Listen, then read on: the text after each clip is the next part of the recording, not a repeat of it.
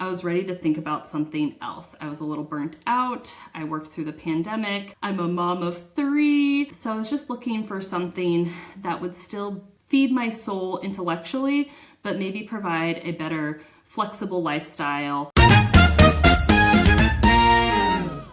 Today we have joining us Emily Neher. Emily is a PA with a decade of experience across GI, general surgery, and more, and she has actually transitioned into the very coveted world of the pharmaceutical industry.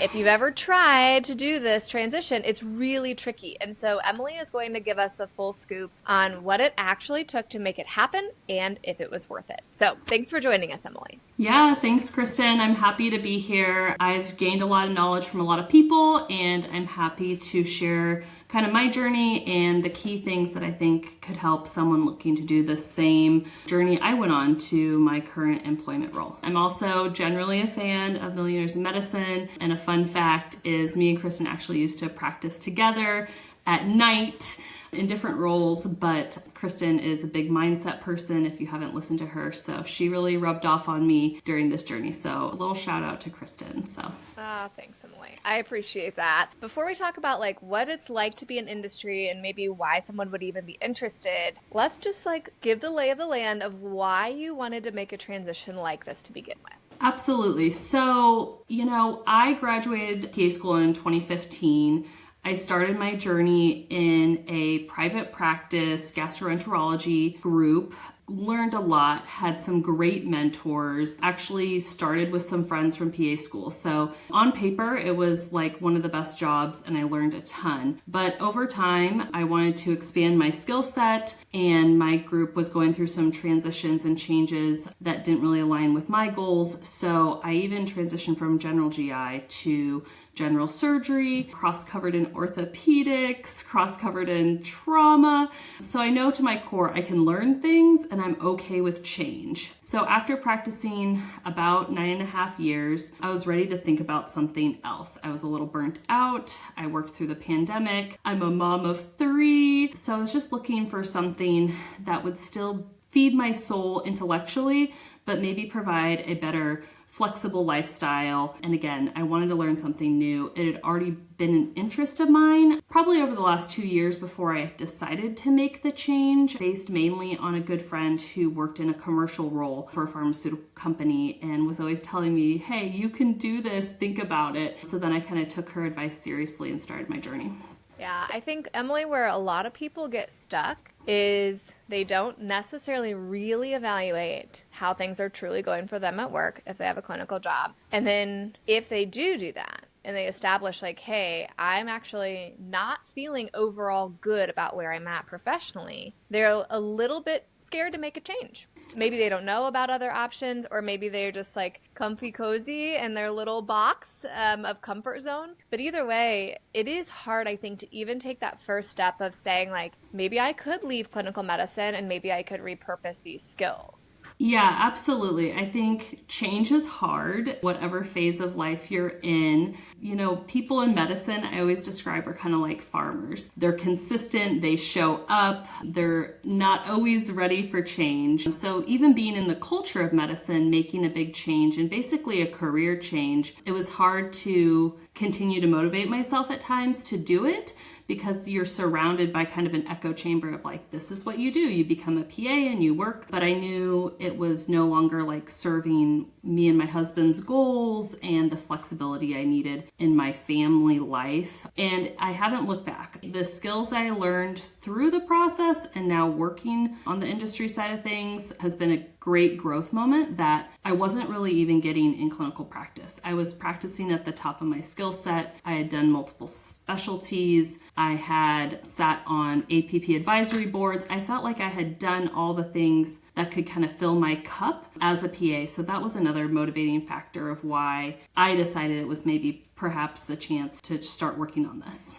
Love it. Honestly, I think a lot of folks just straight up don't know that this is an option. I was literally at work just a few weeks ago telling some of the other PAs about a colleague of mine who just got a job as a medical science liaison. And they were like, I don't know what that is. And these are 10-year, like seasoned PAs. And so I still think, well, for new grads, of course, you only really know about clinical jobs. But even for PAs that have more years under their belt, sometimes it's a total unawareness that there are other options. So, like, can we just go through a couple of key roles you might be looking for if you thought I might want to work in industry, or like what would the titles be like that you might search for if you were looking for jobs? Okay, so when I started looking into jobs outside of clinical medicine, I kind of looked at it in two buckets. I had a friend that was actively pursuing kind of the pathway to academia, and I decided that wasn't really for me. And so I kind of pivoted and looked into, the blanket term industry. And I think that can mean a lot of different things, especially on the skills that you already have. So I worked in GI and general surgery. So the buckets that I formed in my mind was pharmaceuticals in the GI space or devices in the general surgery orthopedic space. So first, broad strokes, there's kind of the pharmacological bucket, and then there's the device bucket. And then even beyond there, there's some even like subsections of devices like imaging or diagnostic tools that are new to market, even laboratory, breakthroughs that are happening again. So there's some different buckets, and these types of companies work differently, and it's not always the blanket job of, like, for example, I think the most recognizable job for clinicians is like what Kristen mentioned, an MSL, but some of these jobs have a variety of titles depending on if you're in the pharmacological space or the device space. Which brings me to like how I started looking into these jobs. I first just started following a couple people who had been down this pathway and were successful before me through social media. And I had gained some tips and read some things, some articles. And the best, highest yield tip I had was look at all the things you know about. So I'm a list person. I'm a type A person, love a list. So I physically made a list of every drug that is still, non-generic that I used to prescribe or do prescribe, and then figured out who made it and looked into jobs in those spaces. So figure out the drug, then figure out who makes it, go to their website and look for jobs. And then the same thing with devices. So I worked in the OR one night. I started looking around the OR and literally writing down things that I knew and had a clinical expertise knowledge about.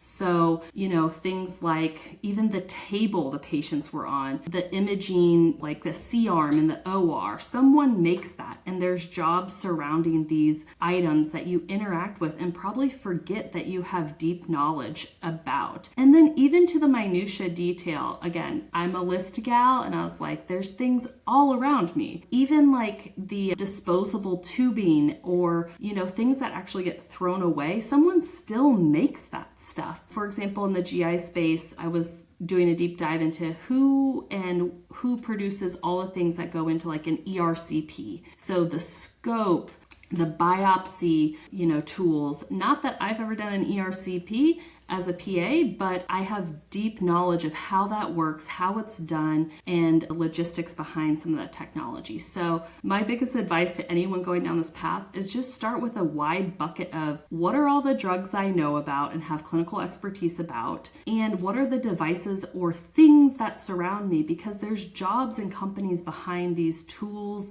and products that you use in your day-to-day practice. So that was a huge thing for me to get me started. I love that. And I think you brought up probably one of the hardest parts about getting a job like this is the variation in titling of these positions. Like you said, if it's a drug or if it's a device, sometimes they don't even label a similar job with a similar lingo. And so it can be hard if you're on like LinkedIn or Indeed to figure out if there are jobs available that would be of interest to you. And so I think the experience I have seen having lots of folks walk through this process like inside of our programs, the best thing to do is to leverage your professional network. Because if you know like someone at, let's say you're looking for MSL roles in the pharmaceutical space, but you know someone that works for a device company, you may well find out that they have a position open that's their version of what an MSL does, but they don't call it that. You would never have that set on your LinkedIn job alerts, and so you would have never become aware of it had you not known the person. So that's, I think, the biggest thing is like leverage the heck out of your professional network and build a network outside of people you immediately know using LinkedIn. It is so valuable in making progress in this space. Yeah, I totally agree. So I think I'm like, again, a step person. That's basically what step 2 was for me was, okay, here's some companies that I know I have a clinical knowledge base about. Is there anyone that I know that works for that company or an adjacent company? And I just started messaging people on LinkedIn saying, hey, I see, for example, you're a inflammatory bowel clinical educator. From my space where I was in clinical practice, I didn't exactly know what that was. And because I didn't know what it was, I was going to go ask that lady. And she worked in my city. So I sent her a LinkedIn message and I said, hey, I'm Emily. I see you work for this company. You know, your background is XYZ. Sometimes they're APPs, sometimes they're nurses, sometimes they're pharmacists. Could you schedule a 5-minute meeting with me about your job and how you landed that job? Because I looked at everything like these people did what I wanted to do. And how can I get knowledge from these people? And people like talking about themselves, right? So, you know, some of these connections I built led me in directions that were very fruitful. So LinkedIn is a very powerful tool. It's awkward to send these cold messages out, but if you send 10 out, you might get 1 back. But persistence is really key too. And then the other thing I started doing was looking at major conferences, and some of them I couldn't go to, but you can look at the agenda and start reading about cutting edge science in your particular field. Because if there's phase 3 or even phase 2 studies going on about a drug, there's a company behind that and there's jobs behind that. So learning about, you know, medicines that are going to come to market or trying to come to market through these, you know, big research conferences is another great way to figure out companies to look into, because once they get FDA approval, they're going to start hiring people. And that was actually part of my journey. I had a close friend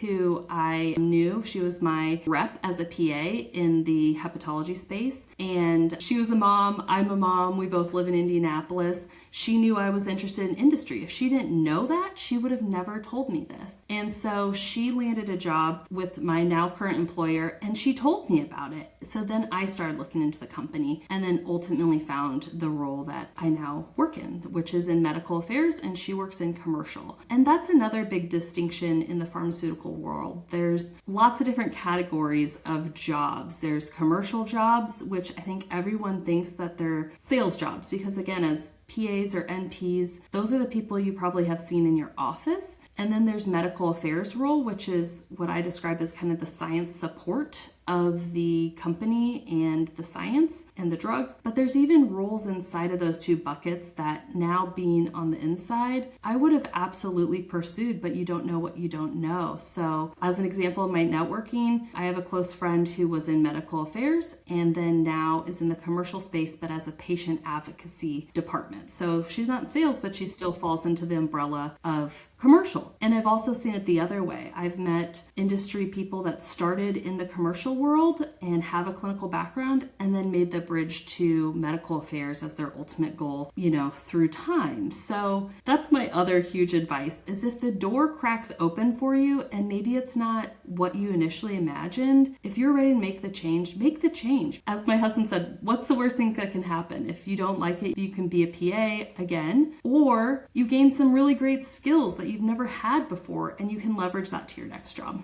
Yeah, I agree. Like, we are very fortunate as PAs trying to make a transition like this, because the genuine worst thing that happens is you don't like it and you go back to clinical practice. You know, it's like your PA license doesn't go away and you still have all of your years of experience to fall back on. And so unlike most people making a big job transition, we have this huge safety net, which allows, I think, most of us to go, okay, let me just make the leap. Because I do know a few folks that have gone back to clinical practice afterwards and it went well. Now, I don't think that's pretty common because most people like these jobs. So tell us a little bit about, like, what are the upsides? Like, why does someone want a job like this? Yeah, so again, I work in medical affairs. My current title is a clinical practice liaison. Again, there's a lot of different names for a lot of different roles, but my current workflow is very similar to an MSL, but the company I work for identified a need for community-based clinicians to have this type of resource in a medical affairs professional versus an MSL, a medical science liaison, which again is what my job is modeled off of. An MSL would target, academic leaders or what they call thought leaders that are driving either research or significant opinion in the field, what I kind of describe as the big dogs. So, that's kind of where my job falls, but I think the biggest surprise for me is the flexibility that it provides me. There's some days where I do travel in my territory that make longer days, but there are other days that I get to work from home or get to work in a coffee shop and catch up on emails or meetings, do virtual meetings and things like that. And to this day, I'm so grateful because when I was going through this process, I was like, someday I just want to work 2 hours in a coffee shop. And now that's my reality.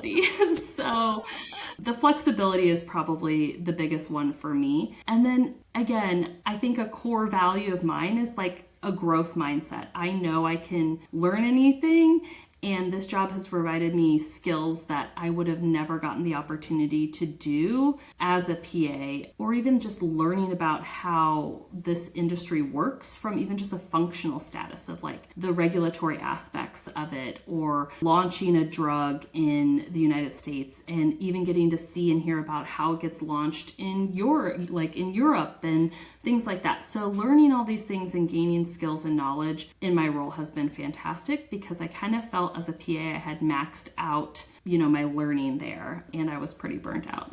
Yeah. I also think too, on top of like flexibility and the added skill set, in general, they tend to pay pretty well and have really robust benefit structures. I have more information on the MSL front. Obviously, there's a lot of different roles in industry, but many MSL positions will start about $50,000 more per year than the median clinical salary for a PA. And on top of that, they'll come with really robust bonus structures. And a lot of times these huge benefit perks of like 12 weeks of full pay parental leave versus what we get a lot of times in clinical practice, which is frankly crap. And so you end up having these lifestyle things too of like, well, now, maybe I'm traveling a little bit. Obviously, it's territory dependent, but then I have these work from home days. I'm also earning more money as I do it. And then from a life standpoint, having 12 weeks of paid time with littles is a lot different than feeling this big pinch to go back to work clinically because 6 weeks later, your short-term disability policy is no longer paying out, right? That stuff adds up a lot. Yeah, so that has been a happy surprise for sure. So I was pregnant with twins in my new current role,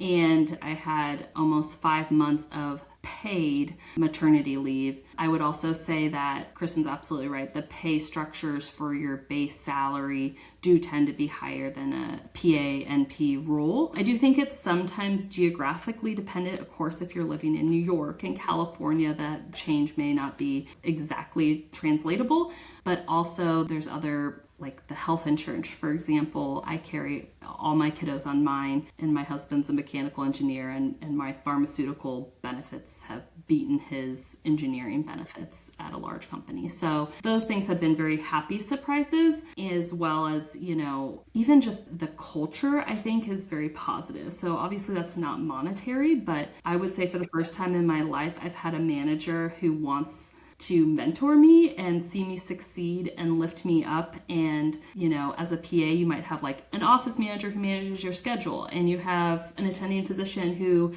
has mentored you medically. But I have found I never had a formal manager who was actually driving me to succeed professionally. I was always doing that internally, and now I feel like I actually have a manager that wants to see me succeed, and what's the next steps, and where do we go from here, and what skills can we gain and experiences can we gain to further your just career, not your clinical knowledge or who's going to do clinic on Thursday, So that's been also, some things aren't monetary, but it's been a big growth through this type of role as well. You're right. That does feel lacking in clinical medicine. Also, coming from a decade of experience, that is something that most of us are not privy to. And so that is an exciting idea of having someone supporting your professional growth. Yeah. So of course, we have said lots of perks, right? Lots of upsides. And so as you can surmise, probably a lot of applicants, right? When you have a position posted that pays more, is flexible, this can be hard to snag, right? Because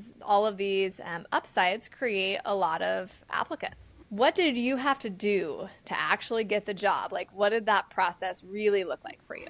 Yes. So I almost laughed to myself every time because this was not an easy journey. And again, one of my core beliefs is persistence. And if I want something, I will figure out how to get it. But when I tell people that, casually mention oh, wow, I've thought about going into industry too, how did you do it? I usually start with kind of the one that, knocks people off their feet. I applied to 60 industry jobs and ended up with 2 offers over about I would say 12-month period, which was a lot of work and a lot of persistence and gosh dang, a lot of cover letters and a lot of reworking my resume. I even had an Excel spreadsheet. I would say now with what I know about industry, with some guidance and some mentorship that I probably could have done better at, I think I could have been a little bit more successful, but you don't know what you don't know. And I will say even the position I turned down, I did leverage that into a raise at my current PA job. So the first offer I got, I actually leveraged that into a negotiation point to raise my current PA salary when I was in practice. But the second one that is now my role, it was one of these moments where there was no way I was saying no to it. So. Well done, Emily. That is how it's played, right? That is how the game is played. You got the first offer, negotiated increased clinical comp while you were still doing it, and then ended up getting the role you wanted and segueing in. I mean, but really genuinely, that is some persistence, right? The name of this game is getting help because it is way different than applying to clinical jobs. And then B, you have to be in it for a minute. The average length of time for someone to transition to industry is somewhere between 12 and 18 months. And so this is not one day you woke up and you're like, dang it, I can't do another shift. Where's the SOS button? It doesn't work that way. You do have to really plan this ahead because it will take you a little time to find an excellent role like Emily was able to do and be able to get into a space where you're this leverages my clinical skills. This is great compensation. This was a great environment and I'm super happy. Absolutely. And I think having the right expectations will also help leverage your expectations. I have had friends that I tell them that I applied to 60 jobs and they're like, oh my gosh, I applied to 3. And I was like, well, you should buy a lottery ticket because that's amazing. So it's also situational and there's a little bit of luck. I will say that. I think the other thing I'd love to share is in the meantime, there's actionable items you can do to make yourself a better candidate. So that was also some of the things I read about and just one I was already doing, but didn't realize how powerful it was. So one was gain skills where you can. So if you're in a clinical role, start looking for what I call side adventures. So is there a quality improvement project that you could do at your work that gives you project management skills, maybe a budget you could manage, maybe getting published regarding your quality improvement project or something like that, where you're gaining these corporate soft skills that I think all of us as clinicians have, but when you really can present something you've done in that manner to say hey, these are some of the projects I did in addition to being a clinician. Or other things, getting involved if you're at a research institution, networking within your own hospital system to say, hey, my role doesn't really involved in that branch of this institution, but could I? And even in a small role, you get exposure to research, you get exposure to cutting edge science, and again, sparks your curiosity of phase 2, phase 3 studies where these are technologies, therapeutics that haven't made it to market, but you're going to start learning the behind the scenes parts of it too. And those are valuable skills. And then the third one, get good at presenting verbally and orally. So this was something I was already doing because I had a friend in academia. So I was lecturing, guest lecturing about hepatology concepts at not one, but two, but three different APP schools in my local community because I loved it and I loved talking about it. And actually now I got to ask the manager who hired me, like, what was the thing that really set me over the edge to land this job? And they said,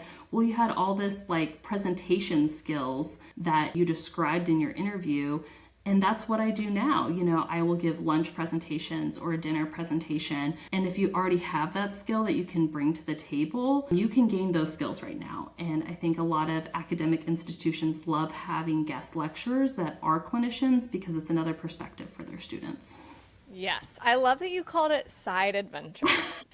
It's so true, but it's so fun. This is not an industry-specific example, but I was actually recently interviewing an acquaintance of mine who is very high up in a company that hires pharmacists in particular to work on software that pharmacists use every day, but obviously not a traditional pharmacy role. And so it's a similar thing. I said, like, hey, how do you pick people that stand out in the interview process when you have a bunch of pharmacists applying and like what they're going to be doing is not the same as how you would typically practice as a pharmacist? And she said, the last person I hired her because she showed like innovation with technology. She had built her own website using AI. And like that was the thing, which like probably, you know, took her a few hours and like cost $0 or very little. But because she had this like little side adventure that she talked about in her interview, that was the thing that like sealed the deal, which is funny because it's not something that you would classically like, oh, this makes me have a superpower CV. Right. But that stuff actually matters.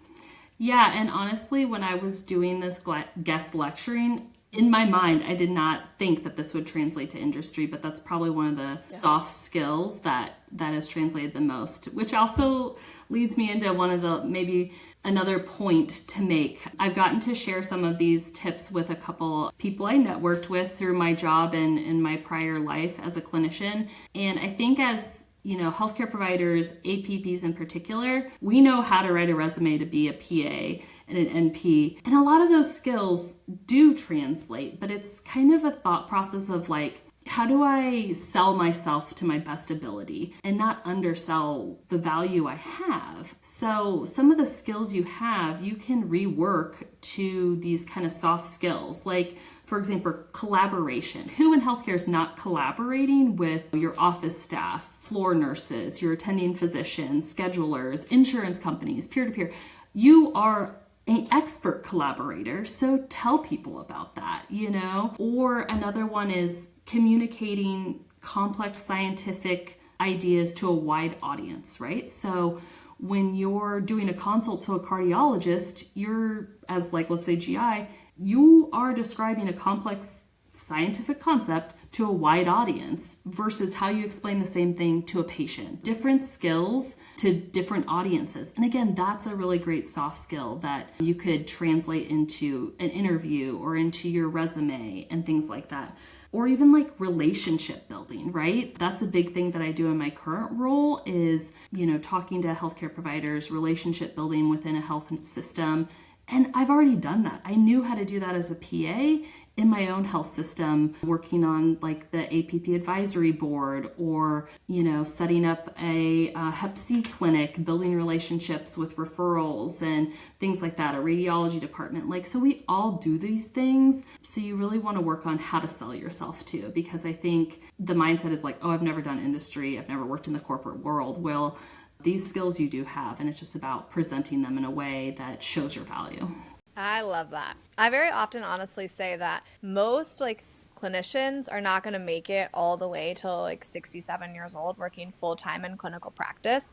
And some people will say like, hey, I'm financially independent and I'm going to stop working completely. You know, this is what we talk about all the time in Millionaires in Medicine. But for other people, it's like, hey, I'm not going to retire early, but I am going to segue into something else. And having a mental map of what that something else could be allows you to use all of the opportunities available to you as a clinician, like Emily's talking about, and maximize them. Like, do you want to transition into academia? Because then your side adventures might look a certain way. Do you want to transition into industry or health tech or something different? Because again, then your side adventures look a different way. And so the more you can kind of reverse engineer the plan and figure out what are the skills that are going to translate to me getting this position that I don't want that now, but I might want in 5 years. Then you can basically backtrack your way to success and start doing the things now that are going to have the soft skills mastered by the time you need them. Exactly. And I think when I was getting discouraged in this pathway to land a job,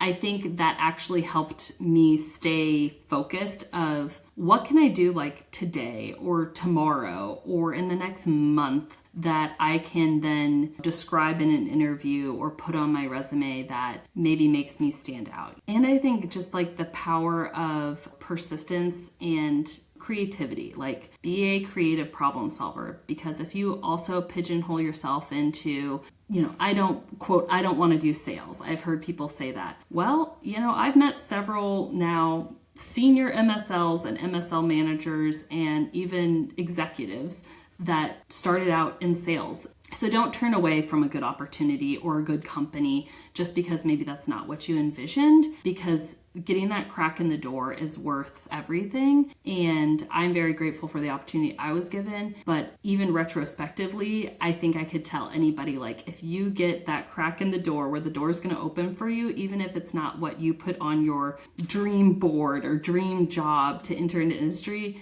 it may be a great company or it may be a great device and maybe a great drug that you yourself as a healthcare provider would use, would prescribe. And that has extreme value too. So taking a chance, and even if it's not the perfect thing you imagined, it might actually serve you really well because you don't know what you don't know. And even now, like I said, I've seen people kind of go back and forth between these categories of jobs, and some of the jobs, even though they fall into one bucket, it doesn't always mean the sales experience that you might have seen before. That's very true. And sometimes, like you said, like it's just a matter of foot in the door, because a lot of times these roles do prefer people with experience in industry, and they may even be looking for internal promotions or moves. And so once you're there and you have, you've been an MSL once or you've, been in industry for one position, you're going to fall above all of the other newbies that haven't yet broken their way into industry on the application cycle. Yeah, absolutely. Some of the pathways I've seen too,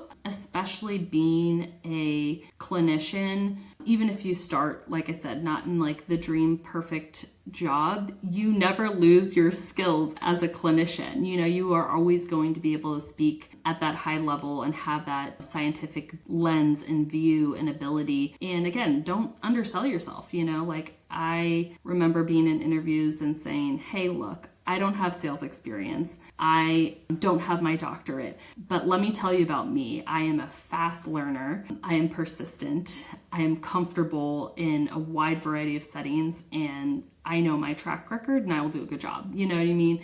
And selling yourself like that to say, I acknowledge maybe this is what you're looking for, but what can I bring to the table?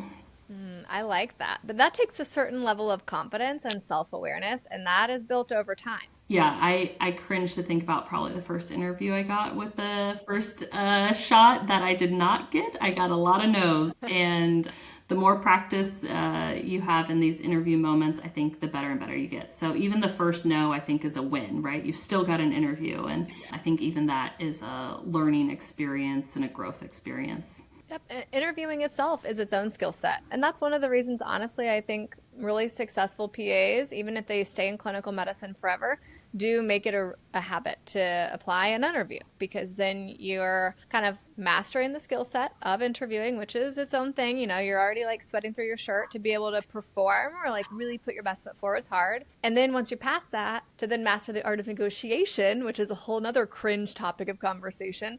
Like those things, there's muscles and you have to put in your reps. And so whether you're like, I'm applying to 60 positions in industry to get something, or like, I'm just going to try to increase my clinical income by 20%, the key to both of those things is going to be practice, reps, making sure that you're making a million versions of your CV, making a million versions of your cover letter, and interviewing a bunch, because like no one is good out of the gate. It takes time. Exactly. And I think the other thing, maybe my final thoughts are, don't undersell your value, but also like keep yourself accountable. Like I made a goal to apply to 2 jobs a week or something like that. Keeping yourself accountable, even that I think helped my mindset and persistence, where it's like, okay, what can I do today? What can I do this week? And looking at the end goal, not all the no's of along the way, and trying to focus on a positive mindset through it, and what can you grow and what can you gain through even the no's, right?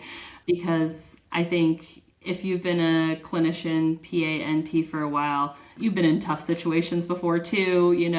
You've had people say no to you or have challenging conversations, whatever.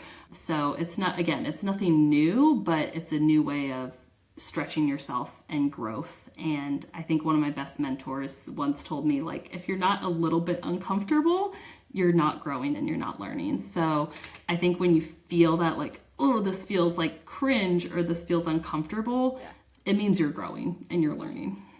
I like that, Emily. This has been super valuable. Thank you very much for your time.